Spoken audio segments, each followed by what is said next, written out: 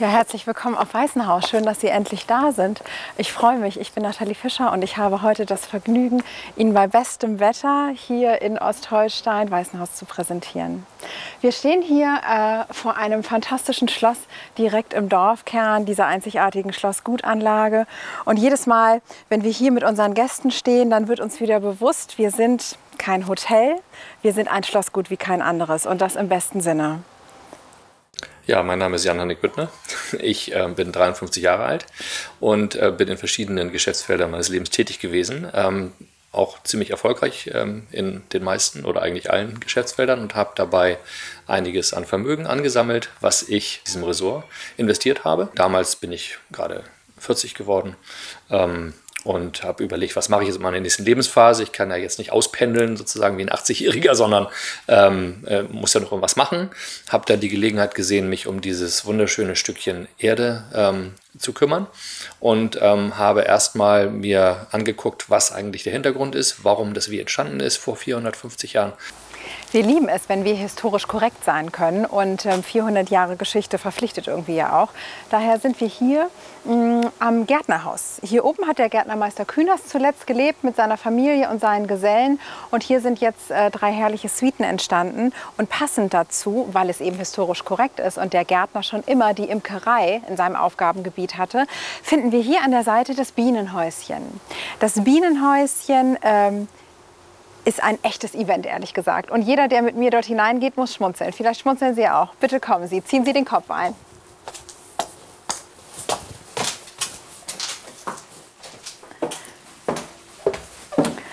Und jetzt stehen wir hier im Bienenhäuschen in unserem Private Spa auf Weißenhaus, denn die Spa-Kultur, die begrenzt sich hier nicht auf die Schlosstherme, die Sie schon kennen, und auch nicht auf die Zimmer.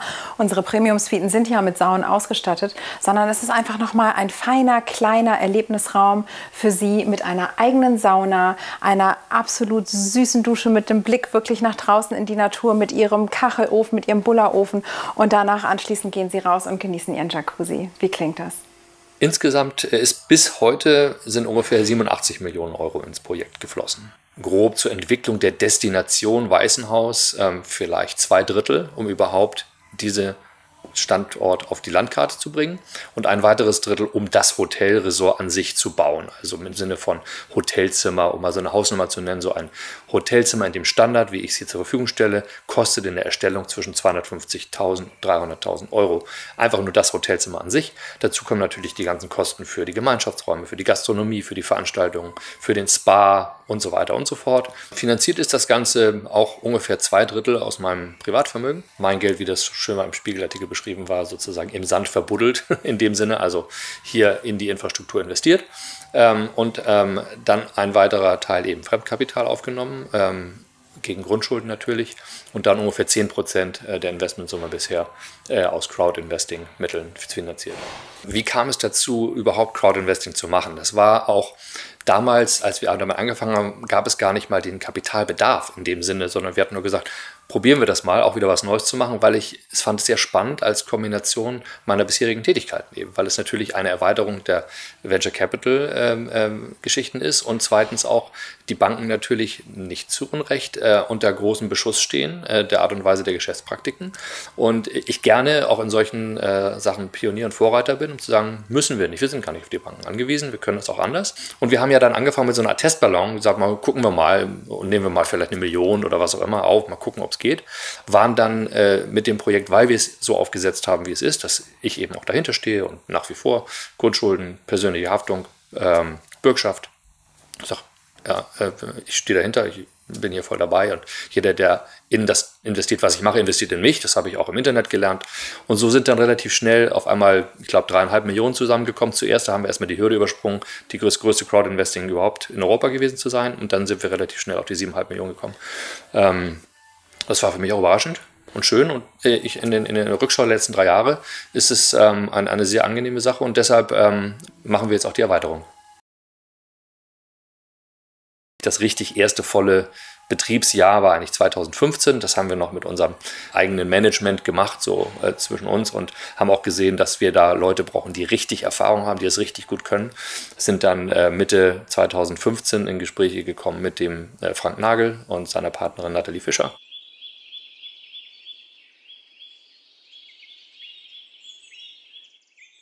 Ja, und jetzt stehe ich hier auf der herrlichen Schlossterrasse mit Blick auf das Meer. Und wenn ich gerade auch die alte Lindenallee anschaue, erinnere ich mich, vor 8 Wochen hatten wir eine herrliche internationale Hochzeit.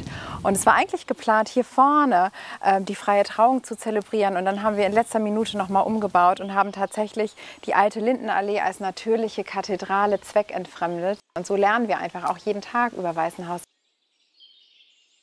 Insgesamt hat die Betriebsgesellschaft 150 Mitarbeiter und diesen Betrieb überhaupt so zu stemmen und zu machen, da war natürlich das Jahr 2016 vor allen Dingen geprägt dadurch, dass erstmal das Kostenmanagement im Vordergrund stand. Also wir haben es geschafft, 2016 mit exakt den gleichen Kosten wie 2015 zu machen, aber natürlich mit wesentlich mehr Umsatz und den Umsatz auch noch eben in den Bereichen zu machen, wo was hängen bleibt. Eben nicht im gastronomischen Bereich, also beim Essen, sondern im Logiebereich. Und die Logieumsätze sind eben erheblich gestiegen von 2015 auf 2016. Gastronomieumsätze leicht gestiegen und die Kosten gleich geblieben. Ja, und da haben wir eben es geschafft, den GOP, also den Gross Operating Profit, ist ja dann immer noch ein Loss gewesen, also den Verlust, operativen Verlust auf ein paar hunderttausend nur Minus zu bringen.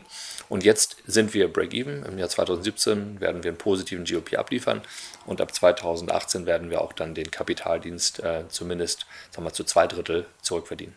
Ich bin sehr zufrieden. Also ich bin nicht nur zufrieden, ich bin sehr glücklich, auch dass ich überhaupt dieses Projekt machen konnte. Ich stelle immer wieder fest, dass viele Menschen, die sich auch viel leisten können, immer auch auf der Suche sind nach so einem sinnstiftenden Projekt und etwas geschaffen zu haben. Etwas wirklich, was man hier stehen lassen kann, wenn man irgendwann abtritt und sagt, das habe ich hier hingestellt, das steht hier und da bin ich sehr stolz drauf. Und ich freue mich sehr, dass es genauso funktioniert, wie ich es mir vorgestellt habe. Natürlich hat es länger gedauert. Die Frage ist, wie geht es jetzt weiter? Jetzt haben wir hier nach 12 Jahren ein perfektes Resort stehen, was wirklich in jeder Hinsicht einzigartig ist.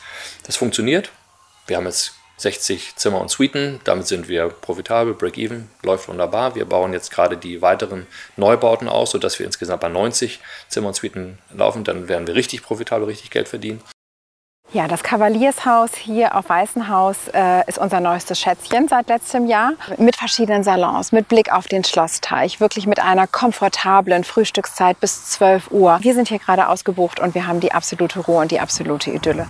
Und das ist auch das Ende der Fahnenstange, was wir hier machen wollen auf dem Gelände, weil wir ja immer noch exklusiv sein wollen. Also wenn man in Hotels geht und selber in Luxushotels oder 5 Sterne oder 5 Sterne plus Hotels auf der Welt und die haben 300 Zimmer, dann fühlt man sich nicht mehr wohl und exklusiv. Wir wollen natürlich auch die Baufelder nutzen zum einen und zum anderen wollen wir auch einen gewissen Demand, sag ich mal, oder Nachfrage nachkommen, der natürlich hier ist, weil immer wieder viele Gäste kommen und sagen, kann ich dir dieses Haus abkaufen, wo kann ich dir jenes Haus? Natürlich, hier ist gar nichts zu verkaufen, habe ich zuerst gesagt. Ja, auf der anderen Seite, warum nicht, so wie auch in anderen Luxusresorts auf der Welt. Und solche Häuser, die haben dann auch immer solche Art von Residences, also Condos. Das sind also Hotel-Apartments oder größere Einheiten zwischen 60 und 120 Quadratmetern, die einzelnen Menschen gehören.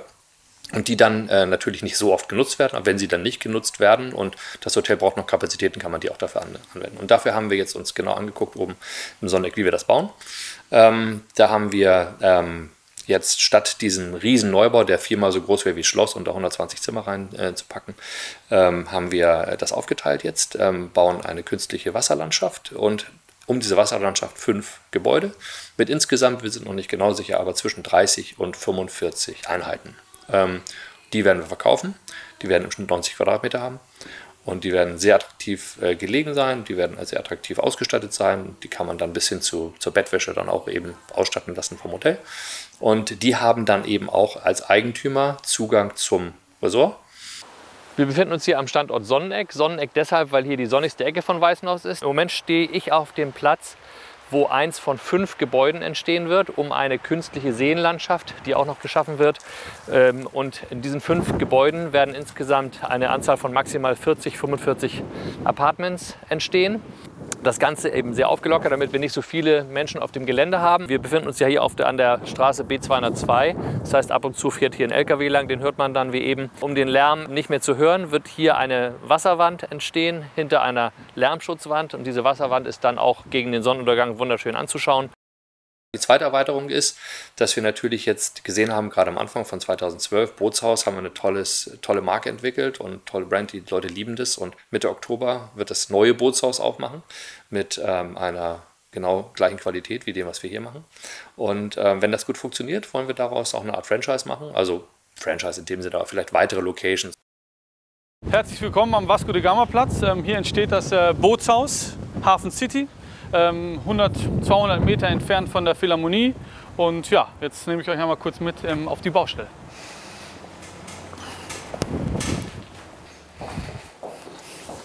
Und ja, genau, hier, das ist natürlich das Prunkstück des Bootshauses in der Hafen City.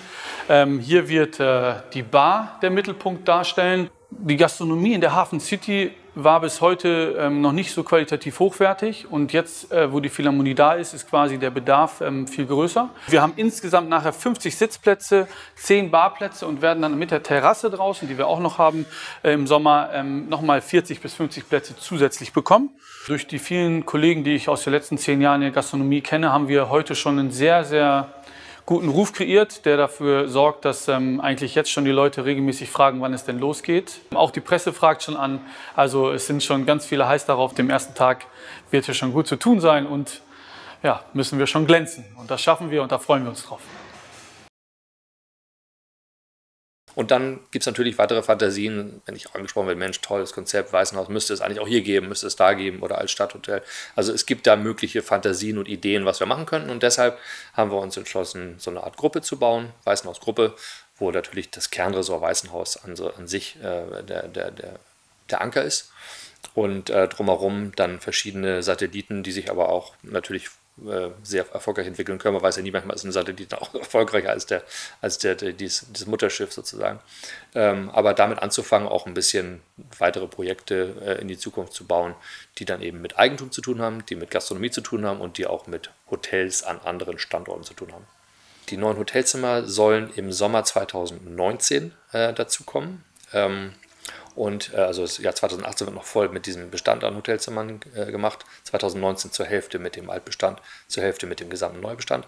Und 2020, dann ein Jahr später, soll dann die Sonneneck Apartments fertig sein. Das heißt, wir werden dann, wenn man rückwärts rechnet schon, weil wir das natürlich anders finanzieren, also wird nicht komplett eigenfinanziert, es wird natürlich hauptsächlich auch durch die Erwerber finanziert, also ganz normale Bauherrenfinanzierung, wie das eben normalerweise funktioniert, mit Anzahlung und 30% hier und 20% da. Das heißt, das wird schon relativ früh losgehen, bevor der erste Spatenstich ist, werden wahrscheinlich schon die meisten verkauft sein, wie man das so kennt. Und in dem Sinne werden wir auch so eine Art Showroom eben bauen in Hamburg, weil da auch die Hauptzielgruppe ist, wo wir dann sagen, so sieht ungefähr ein Apartment aus. Und ansonsten haben wir natürlich ganze Weißenhausmaterial und erweitern dieses Weißenhausmaterial, auch was wir an Videos haben, durch so eine Art von virtuellen Flug durch ein Apartment und durch zeigen, wo das Ganze ist. Und die Pläne sind ja auch schon da. Das heißt, ich denke mal, dass wir den aktiven Verkaufsprozess so im Frühjahr starten werden nächsten Jahres. Wie ist jetzt der zusätzliche Crowd-Investing-Ansatz zu sehen im Gesamtkontext? Also nochmal zurückblickend, wir haben jetzt 87 Millionen sind reingeflossen, davon wie gesagt, 7,5 Millionen Crowd-Investing-Mittel. Jetzt mit den zusätzlichen Bauten am Sonneneck werden bestimmt nochmal 12, 13, 14, 15 Millionen investiert. Also sind wir bei 100 Millionen netto ohne Umsatzsteuer hier drin. Und da hatten wir gesagt, gut, nehmen wir mal eine Million, ungefähr auch wieder 10% davon, also knapp 10 Millionen. Und deshalb haben wir gesagt, in diesem Ansatz machen wir mal eine Erweiterung, weil ja auch viele Anfragen sind von Bestandskompanisten und auch zusätzlichen Leuten, wie geht es weiter oder kann ich auch investieren. Haben wir erstmal gesagt, wir wollen nochmal 2 Millionen aufnehmen. Und in dem Sinne jetzt die Möglichkeit eben zusätzlich zu den 3 Millionen, die auch der Andreas von Lottnitz und ich schon wieder rein investiert haben, jetzt nochmal die 2 Millionen aufzunehmen, um dann das Eigenkapital so zu nutzen, um dann auch mit den Geldern der Leute, die Apartments kaufen, und auch wenn da ein paar Überschreitungen dabei sind, das dann easy abfedern zu können. Ne? Der Rosen- und Duftgarten hier mit dem Gewächshaus hinter der Mauer, ganz beschützt, als ganz privater Ort, Hideaway im Hideaway, den schauen wir uns jetzt einmal gemeinsam an.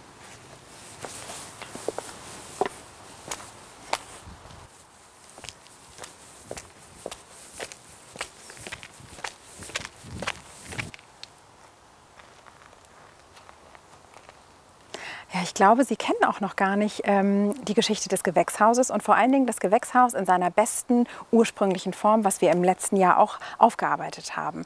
Denn hier hinter mir haben wir dieses fantastische Stück nicht nur in seinen besten Urzustand zurückversetzt. Das ist der Ort, wo über 100 Jahre die Orchideen für alle Luxushotels in Hamburg gezüchtet worden sind. Also ein Ort, wo reges Treiben herrschte. Und heute ist es ein Ort für zusätzliche Angebote für Sie. Also für ein tolles Grillbuffet mit Ihrer Familie. Für die Weinproben mit Anne Gessner, die 3-mal in der Woche am Nachmittag stattfinden. Einfach für geschlossene Gesellschaften, für tolle Hochzeiten, für intime Veranstaltungen. Nur Sie hier im Rosengarten im Gewächshaus. Wie anspruchsvoll das ist, was wir hier machen, kann man einfach daran sehen, dass natürlich angefangen davon, dass ich hier ein total heruntergekommenes Gelände entwickelt habe, von 0, 7 Meter tief, und wir natürlich Bodengutachten und archäologische Geschichten genauso wichtig nehmen müssen, wie ganz zum Schluss, dass, wenn der Gast in seinem Zimmer ist, dass beim Toilettenpapier ein kleines Dreieck dann noch gefaltet wird, damit man weiß, dass die Toilettenrolle ganz frisch nochmal drauf gefaltet wurde. Ja, das heißt, ich nehme diesen Aspekt deswegen, weil wir natürlich in jedem intimen Aspekt der, sagen wir mal, anspruchsvollste Zielgruppe, die man sich vorstellen kann. Leute, die hier 1.000 Euro für ein Hotelzimmer bezahlen, ja, und davon ausgehen, egal ob sie es sich jetzt locker leisten können oder sich das zusammengespart haben, auf jeden Fall sagen, wenn ich schon so viel Geld ausgebe, dann erwarte ich X, Y und Z. Zu Recht. Und wir diese Erwartungen auch erfüllen müssen. Und dass das gelungen ist und dass das jetzt läuft und dass 99% super zufrieden sind, das ist ein tolles Ergebnis. Ja, und ich hoffe, Sie sehen es auch anhand dieses Beispieles hier in dem herrlichen Gewächshaus inmitten des idyllischen Rosen- und Duftgartens. Das hier ist wirklich ein Ort wie kein anderer. Und er ist nicht zu verwechseln mit einem normalen, luxuriösen 5-Sterne-Hotel, sondern es ist ein Ort, der so viele Erlebnisse über die Zeit bietet. Erlebnisse, die man sonst im Alltag einfach vielleicht nicht so hat, nachdem man sich sehnt in einer ganz besonders luxuriösen und harmonischen Umgebung. Und das sind wirklich die Entscheidungsmarker für unsere Gäste, sich für Weißenhaus zu entscheiden. Zum Schluss noch ein direkter Blick in die Kamera. In aller Kürze, liebe potenziellen Investoren, liebe aktuellen Investoren, ich lade Sie und euch hiermit herzlich ein, mit mir zusammen Seite an Seite auch die nächste Runde von Weißenhaus mitzufinanzieren und gemeinsam mit mir Weißenhaus weiterzuentwickeln.